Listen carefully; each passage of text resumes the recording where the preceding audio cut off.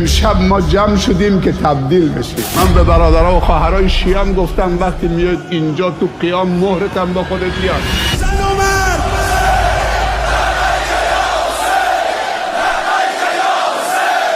دوستشون داریم، از صمیم قلب دوستشون داریم.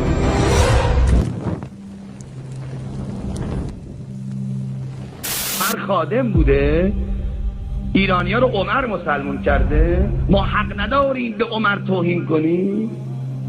یعنی این نه، من تا زندم میگم عمر حرومزاده بوده، تا زندم میگم هرچی سنی حرومزادن. عمر لعنت الله علیه، این ابوبکر لعنت الله علیه. من میگم در قرآن کریم آیه نازل شده بر کفر عمر، این فاشه. اینو میگم آیه نازل شده سوره حجرات آیه 1 2 3 4 5. این کفر عمر رو میرسانه به رسول خدا صلی الله علیه و سلم، توهین کرده. میخوام ازتون میخواستم بدونم که آیا از نظر شما در قنوت نمازهای واجب، نمازهای پنجگانه، لعنه بر ابوبکر و عمر و عثمان به صورت مستقیم، یعنی نام ببریم اللهم عن عمر اللهم عن فلان، جایز هست یا نه؟ نه تنها جایزه اگر تقیه نباشد بهترین کار.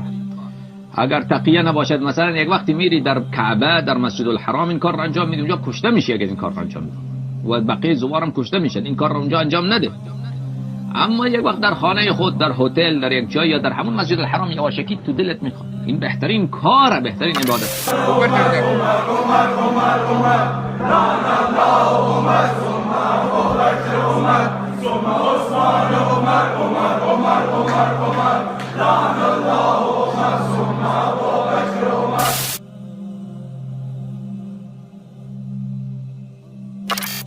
امشب ما جمع شدیم که تبدیل بشیم. من به برادرها و خواهرای شیعه‌ام گفتم وقتی میاد اینجا مهرتم با خودت بیار. ما خیلی از خواهرها و برادرای شیعه داریم،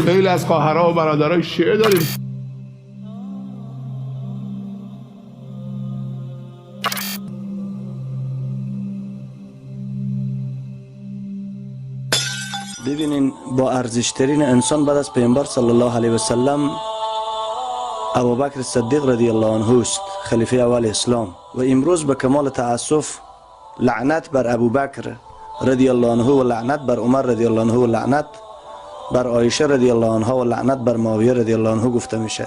مجموعه عقیده همه مسلمان ها است که افضل ترین انسان بعد از رسول الله صلی الله علیه و سلم سیدنا ابوبکر صدیق رضی الله عنه است.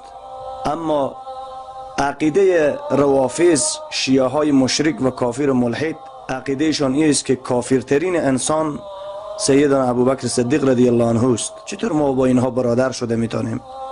چطور با اینها یک جا شده میتونیم؟ الله جل شانه علمای حق در قرآن کریم توصیف کرده، گفته از همه مؤمنین و مسلمین از الله پیشتر علما میترسن و میفرماید آیا کسانی که میدانن و نمیدانن برابرن؟ کلا، برابر نیستن.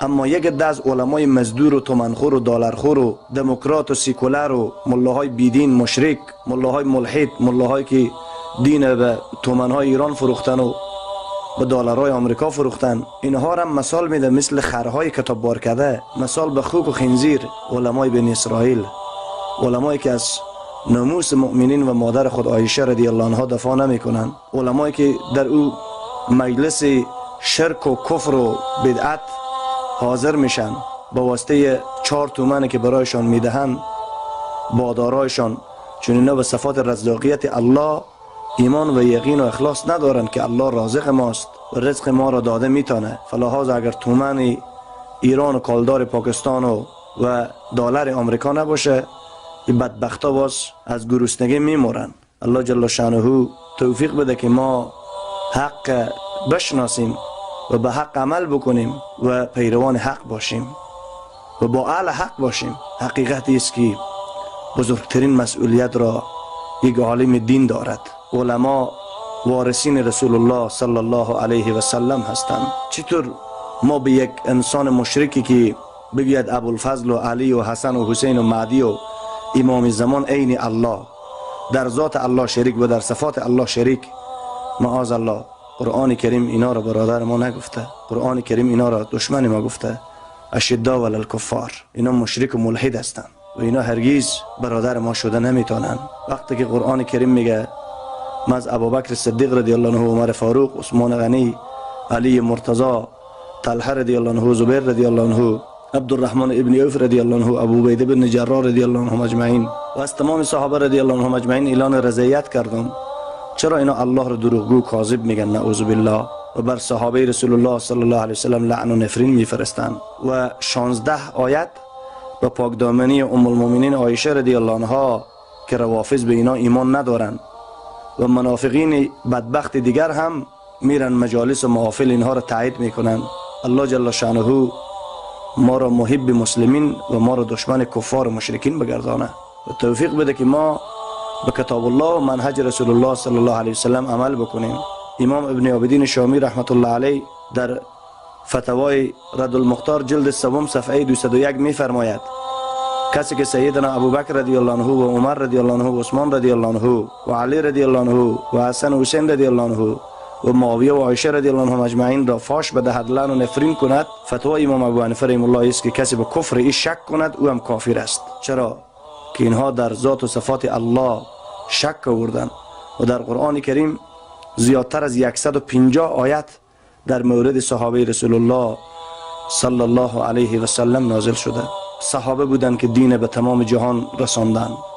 صحابه بودند که با دعوت و شمشیر جهاد خود از ارزش‌های اسلامی دفاع کردند و سینه مبارک خود را سپر قرار دادند برای دفاع از اسلام و از شعائر الله و از عزت و حفت مسلمین و به سبب رشادت‌ها و قربانی‌های آنها امروز 1,600,000,000 مسلمان در روی زمین الله را پرستش می‌کند و اتباع رسول الله صلی الله علیه و سلم.